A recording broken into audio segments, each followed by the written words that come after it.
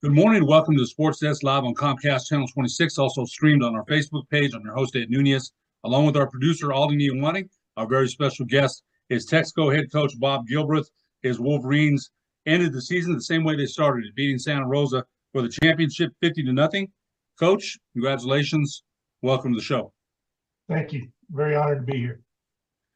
Coach, Wolverines riding an 18-game winning streak, a 17-game winning streak going into the game. And, I'd had Coach Chavez on last week from Santa Rosa, and he was optimistic that, Santa Rosa might perform better. But you shut him out again.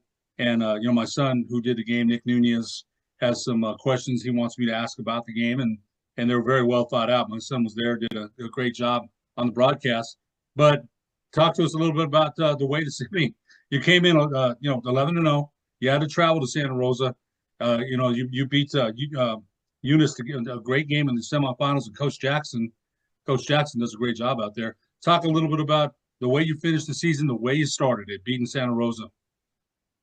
Well, we came into the season with a lot of confidence after the championship last year, and we had a lot of seasoned veterans. I had 8 returning starters on both sides of the ball, so we knew we were going to get off to a fast start, or believed we would, beginning of the year, and that's what we did. And the team just fed off itself, just gained more and more confidence each week. We've always played a few Texas schools. We feel like, proximity, it's good for us. We don't have to travel so far, but it's tough football in Texas. And I coached over there for a long time, and we've competed with those guys. And it's been really tough for us to beat those guys. And we had 3 Texas schools on our schedule and went 3-0 against those guys. And so when we did that, we knew we were on to something really special. And then we just kept gaining confidence as we went. And, as we got into the playoffs, I had prepped my kids all through the offseason that we were going to have to win it on the road because we'd had so many home games the last 2 years. And so we knew it was going to be a road trip deal, and our kids just approached every game like it was just a regular old game. And the moment was never too big for them. And even when we were down and it looked like things weren't going very good when we were down there at Eunice, our kids never wavered. And we just made plays when we had to, and were able to get game 1 and then finish it off last week. Let's talk about that. Wins against Bovina, Texas, Barwell, Texas, Olton, Texas. Those are 3 Texas teams in a row. And you beat them 50-12, 32-19, and a close one, 18-13 against Olton. And then you follow up with the win against West Las Vegas and the shutout against Loving. So I think you mentioned Texas, as you said, is very big in football. They're tough down there, but you took on those challenges, and tell us about how it made you stronger and a better team down the way. You mentioned those are tough teams, and those were 3 Texas teams in a row. Yeah, well, what makes those guys tougher is in Texas, football is king. And those kids go to off-season every day. And then they'll go to basketball practice, or then they'll go to baseball practice or whatever. But it is football 365 days a year. And so, their communities are just driven that way. And so it is really tough sledding when you get over there. Fortunately, we've kind of done a modified version of that here and gotten our kids to where I don't want to interfere with any other sport. But we're able to get those guys come track season, and then we kind of get them back into the weightlifting and running, and where we're able to compete with those guys. And we've slowly been catching those guys, and this year we finally got them. You also coached at Texas. That helps. You were a coach in Hebron High School in Carrollton, Texas. Also coached at Louisville High School in Louisville, Texas. So you've got some Texas football coaching experience on your resume. I did want to ask you, my son had mentioned, you mentioned 2 mentors that you had in Texas that helped you, but I want to ask you about one that we're all familiar with here in New Mexico, and that's Eric Roanhouse, the former great Clovis head coach. Again, they just named the football field in Clovis after Coach Roanhouse. And tell us a little bit about his mentorship and his guidance in your coaching career. Well, I have a very unique story with Coach Roanhouse. I I grew up in Clovis, but as a sophomore and junior, my parents were affiliated with the Air Base, and we moved to Okinawa, Japan. And so we moved back for my senior year, and that was in the 1984 football season. And I was not going to play football. I was a basketball guy. And after the first game of the season, Clovis tied Paladura 0-0. I went Monday morning and asked Coach Roanhouse if I could try out for the team. And I don't know how many head coaches would allow someone like that to have that opportunity, but he gave me that opportunity. And I went out and I kicked for him. And I was a pretty good kicker. It ended up being, offered an opportunity to go down. I played football at Eastern, which led to, me having a great career down at Eastern and getting my degree in coaching and teaching. And so Coach Roanhouse gave me an opportunity as a 18-year-old kid to join his program at that point.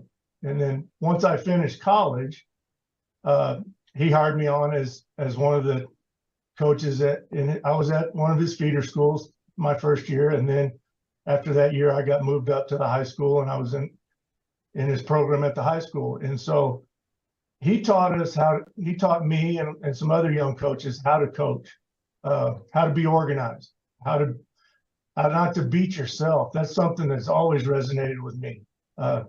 Be organized, have a plan, and don't beat yourself. And that's what made him so successful. I wouldn't say that my methods of coaching are the same.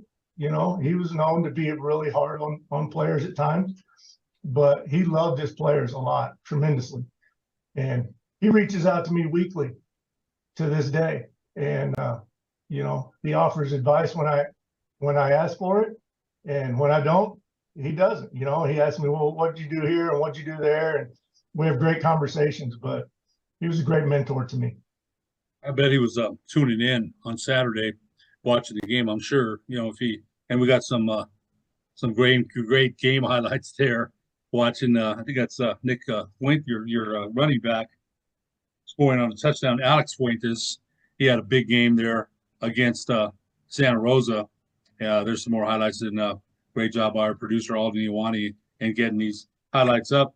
I want to ask you this too. I'm the voice at Western New Mexico now, and the Lone Star Conference is a beast, man. It's a beast. What did you get out of playing in that? And I saw that you got first team kicker, first team punter, 2 years honorable mention at Eastern. And so I think Coach Roanhouse, by giving you a chance, you owe him that, right? But he gave you a chance, and look what you made of it. Talk a little bit about playing in the Lone Star Conference, because even today when I do games with Western, Western New Mexico has a decent team, but it's tough to compete in that conference, man. It's very, very good.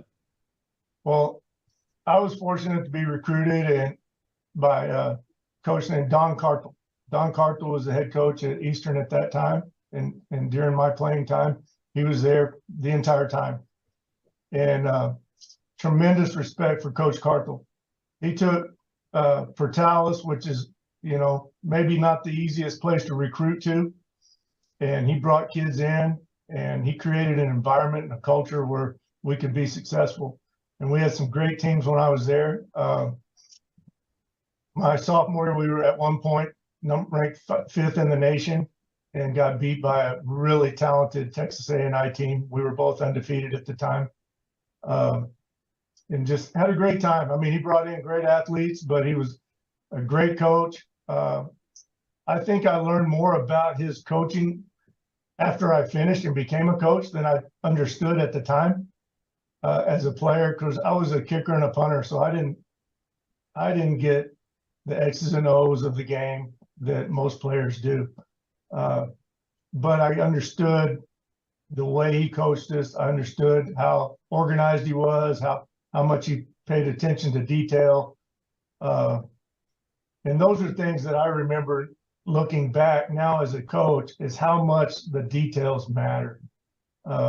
You have to focus on the little things. I tell the kids all the time, the little things make the big things happen. From a little step to a target to hand placement, where your eyes, all those little things make the difference in the big picture.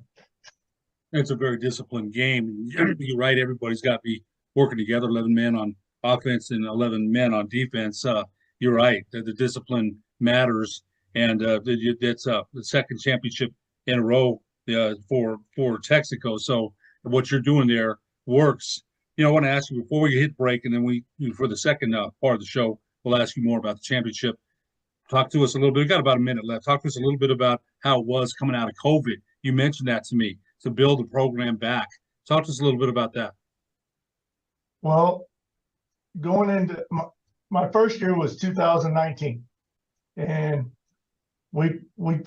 I took what I inherited, and we scratched and clawed our way to the final and got beat by a really good Eunice team. And then in the middle of off season that spring, COVID hit and we all get sent home. And I had a really good nucleus of kids coming back and very talented quarterback. I thought we were going to have a chance to make a run at a state championship my second year, which would have been 2020. COVID hit and we couldn't even go to school. It was a very frustrating time. I had daughters that were in athletic programs here at the time, couldn't come to school, couldn't play sports. And the one thing that we could do was have off season every day. And we were working out in 5-man pods and jumping through those hoops. And I worked extremely hard to stay connected with the players. And we would have 25 to 30, maybe a few more some days, just trying to stay connected to keep them from going to work. A lot of them were going to work in the fields, working at dairies and working on the farm because they could work out there. And we lost a few players to that we never recovered. My current senior class were 8th graders that year. And so I think they might have played one junior high football game in the spring. And so, of course, the first part of our schedule, we're playing the Texas people who'd never skipped a beat. They played 10 games at every level, and, we're getting our teeth bashed in. And so through that process, we toughened up. These seniors went through some really tough times as freshmen and sophomores. And that's kind of how we got to be so seasoned. We learned how to handle adversity and learned how to deal with when things don't go your way, and you just got to keep fighting and keep plugging away. Well, I'll tell you what, you did a great job of that, and it's a little bit different atmosphere down there as far as living in Texico than it is in Albuquerque. Kids are able to work fields, things like that. Different lessons that are taught there, I think, and good ones. A little bit more maybe tough kids there that have to be a lot tougher and not having some of the things that are here in Albuquerque. So, Coach, we're going to take a break. When we come back, we'll talk more about this year's version of the 2024 Texico Wolverines and the championship game against Santa Rosa on Saturday after these messages on the Sports Desk.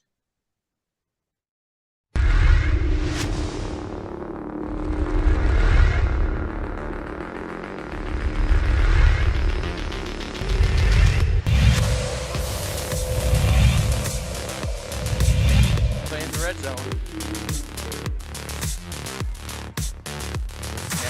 Be a big handoff. Cam Dyer keeps it himself and runs right into the end zone for the touchdown.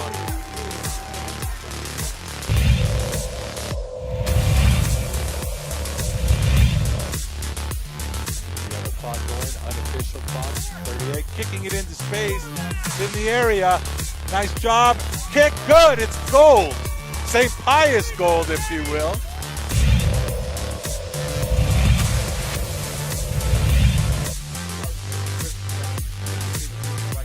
Going to take a shot down the right sideline. Intercepted. Is he in bounds? He certainly is. He is.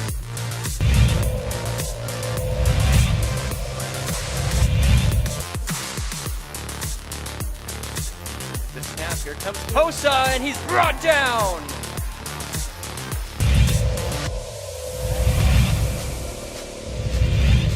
have that in the back of his mind this time. Oh, And this time, there's no doubt.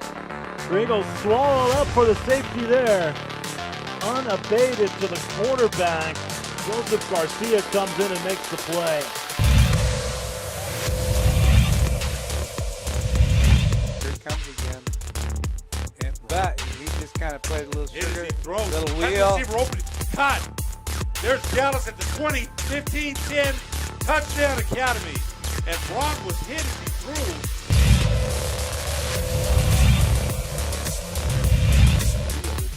At least this evening they are. Takahashi, play action pass.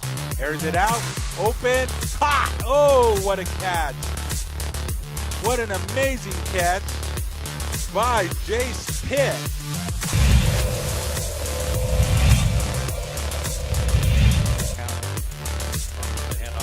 And it's going to be a lot. He's Always got blocked on the right side. 40, 35, 30, 25, 20. Holloway is gone for a touchdown. We said he was due for it. There it is. Yeah,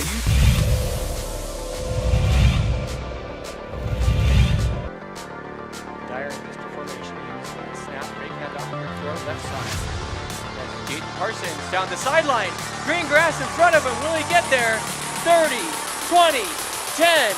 Touchdown, Bears.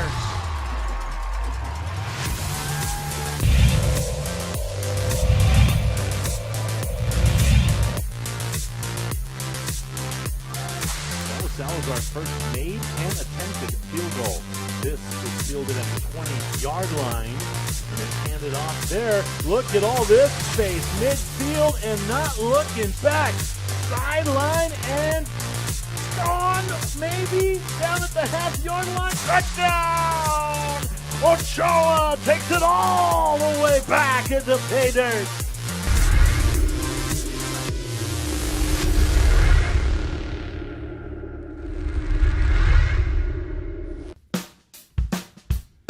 Well, I'm going to the frontier, walk up to the cashier, order up a root beer and a number one. Cover it with green stuff, one scoop is not enough. Find a booth is real tough, back by the Duke. Meet my family, meet my friends in the quirkiest restaurant I have ever been. All of Albuquerque's favorite spot, it's the Frontier Restaurant. The Frontier Restaurant is a proud supporter of ProView Networks. A burglary takes place in the United States approximately every 15 seconds. International Protective Service is your answer for commercial and residential security in all of Albuquerque. IPS will work with your monitoring company for fast, reliable response times. You can rest easy knowing you, your family, or your company is watched over by International Protective Service. Call International Protective Service today.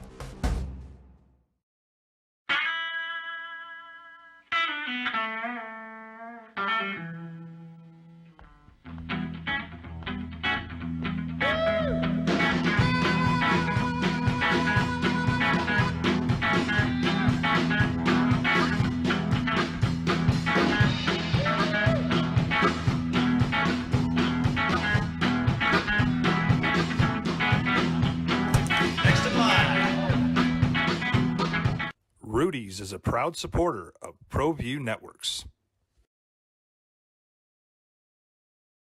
Streamed on Facebook. I'm your host, Ed Nunez. Our very special guest is Texico head football coach Bob Gilbreath. His Wolverines beat Santa Rosa 50-0 to win a back-to-back championship. And Coach, once again, thanks so much for joining us. Our honor to have you here.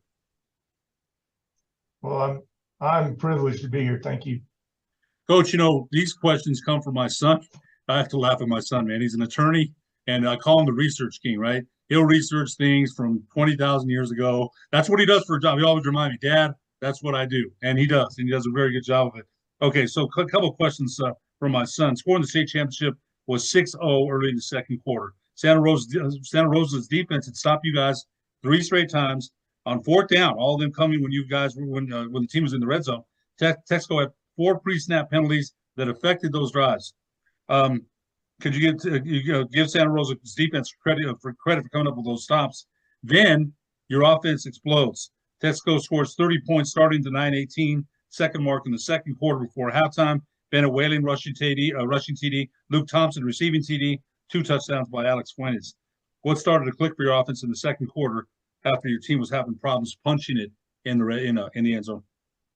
Well, the big thing was we quit making the penalty mistakes. You know, we had a touchdown call back because we had a young man shift late in the, right as we snapped it, and that cost us a touchdown. And we had completed a pass in the back of the end zone that was hard to tell on video, but it looked like it could have possibly been in.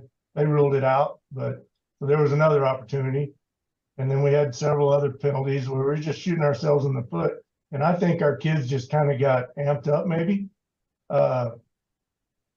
where they were just a little bit, I wouldn't say they were frazzled, but they were just too eager, and we're making some eager mistakes. And once we kind of calmed down a little bit and said, hey, let's attack them where they're weakest, and that's kind of what we did. We overloaded the formation and started running with Alex, quarterback sweeps. And we had done that all year long, where a lot of people call it a wildcat. I mean, we use that same phrase just because we didn't have anything better to call it. And what that did was that gave us an extra blocker. And then I could put in another running back as a lead blocker and run with Alex. And that made it really tough on them. Unless you get your safeties down in that box, you're going to have a tough time stopping that. And ultimately, that's what we did. I'm laughing because look at those hogs, man. I don't mean that. God, that's a big beat there. It really is. So you had a personnel scheme that to your advantage, right? Run downhill. They can't stop us. I get that. Your defense. This again is from my son. Your defense blanketed Santa Rosa single wing offense, and you mentioned they only had 1 first down the entire game. You have to feel very good about that. First down did not come until the second half. Their longest run of the day was 6 yards. Again, you're dominating there, wrapping up and tackling and making sure they're not getting extra yards. They're coming off a 47-point showing in their semifinal win at Loving. How was your defense able to dominate in this state championship game? Well, it started with my front. Those big guys up front, no doubt, played outstanding. Starting with Tay Smith, I put him right on the wing. I felt like we had to make them adjust and do something different because the Cordova kid was their perimeter runner and their main guy. And so if I put my best guy on their wing, going to make it really hard for them to attack us right there with the Cordova kid. And ultimately that's what happened. And so then we forced them into adjusting and we were able to, when you play that single wing stuff, you got to play really disciplined football up front. You got to hold your ground, but you can't run upfield. And most people that struggle trying to stop that offense are trying to stunt linebackers through or bringing safeties down and trying to run them through. And that's not the way to stop that offense, in my opinion. If we just play sound gap control defense and try to squeeze everything to the middle, it makes it really tough to run those traps inside. And then we try to, in essence, spill everything to the outside where we have corners to contain.